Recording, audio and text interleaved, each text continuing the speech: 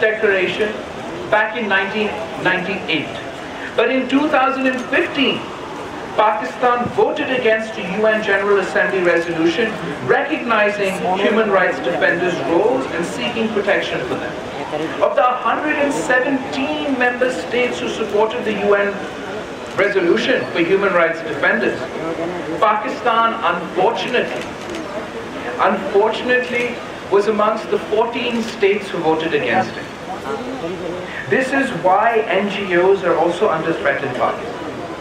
Closing NGOs means closing the door of dialogue between people, with the people.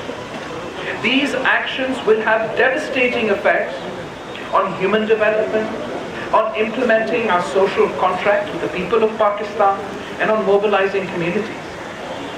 We must end impunity of crimes against journalists.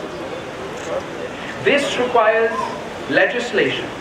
This requires a special public prosecutor to pursue cases of crimes against journalists. About 2 years ago, a subcommittee of the Senate was set up to prepare draft legislation in consultation with stakeholders for the safety and security of journalists in Pakistan. The subcommittee was headed by a Pakistan People's Party legislator, Senator Faratullah Babar Sahab, and it held consultations with stakeholders and prepared a draft bill. Now that draft bill seems to have been lost somewhere.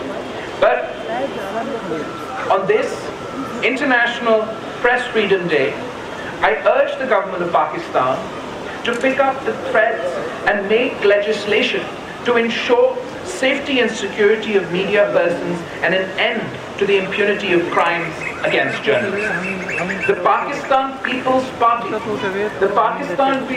Party rejects economic strangulation of journalists as a new tool for curbing freedom of expression and stifling dissent.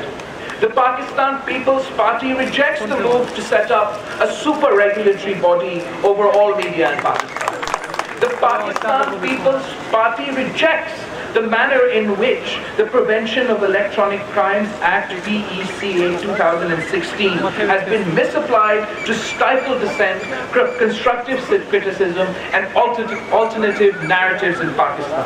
The Pakistan People's Party resents that investigations under the Prevention of Electronic Crimes Act has not been placing before Parliament its report every 6 months. The Pakistan People's Party demands that investigation agencies must place its report every 6 months before the Parliament as required under the law. The Pakistan People's Party demands that the PECA 2016 be revisited and amended in light of the experience of the last 2 years that it has been operational. And finally, the Pakistan People's Party calls for legislation for the recognition of rights of human rights defenders. Ladies and gentlemen, Pakistan has long had a commitment to human rights. Ever since our creation, Pakistan signed the United Nations Declaration of Human Rights on the 10th of December 1948. Soon after partition, we had two committees. Two committees were set up. One for determining the principles of our constitution, and the other to determine basic human rights. Qaid-e-Azam Muhammad Ali Jinnah chaired the Committee on Human Rights. It shows you the importance that the founder of this nation gave to human rights, that he himself chaired the Committee on Human Rights. And Qaid-e-Awam Shaheed Zulfikar Ali Bhutto introduced habeas corpus into our constitution to protect a citizen's individual liberties. Over time, however, the human rights situation in Pakistan has worsened. It has worsened, unfortunately, because we have embraced the security state over the welfare state. And I take this opportunity to remind the government of Pakistan of its promises that it has made to the international community to protect and promote freedom of expression as a key human rights indicator. It has been too long that we have ignored acting on the promises we've made with the world, that we've made with the United Nations. As chairman of the Human Rights Committee of the National Assembly, I have decided to carry out scrutiny as to why these promises that have been made have been unfulfilled. I have decided to examine the recommendations made by the United Nations at the Third Universal Periodical Review, 2017 to 2018, of our human rights record, and what measures have been taken by the government to implement these recommendations. I believe that the UPR is an opportunity for the states to declare what measures have been taken by them in implementing these recommendations. And implementing these recommendations is in the interest of our country and it is in the interest of our people. But this shrinking space of human rights are often justified, particularly in Pakistan, often justified under this bizarre accusations of the world conspiring against us. The world is not conspiring against us.